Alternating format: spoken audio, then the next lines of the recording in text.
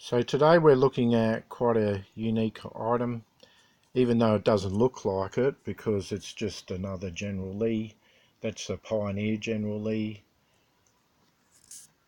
It looks just like another, very similar to a Pioneer General Lee in a Scalextric box.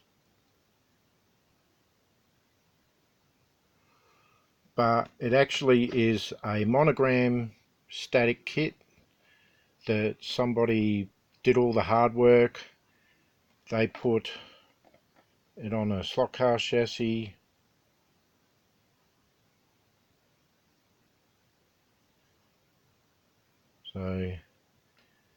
And I just tidied it up. I put the Pioneer wheels on. They're Scalextric tyres. That's a Pioneer push bar.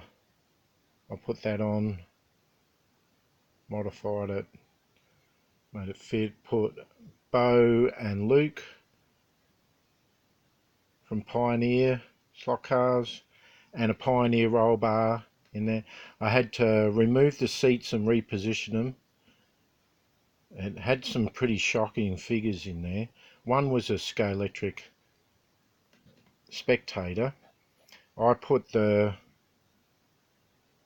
rear view mirror on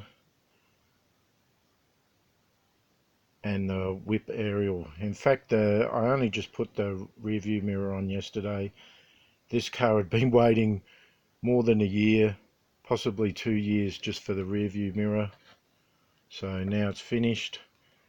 I made up a box from an actual General Lee Scalextric. I've just removed all the Scalextric, painted the backing card black, just removed all the Scalextric because it's the only Scalextric on it are the tyres, and that's because they were exact for scale. So that won't be going on the track. That's in my collection. I've got a lot of General Lees.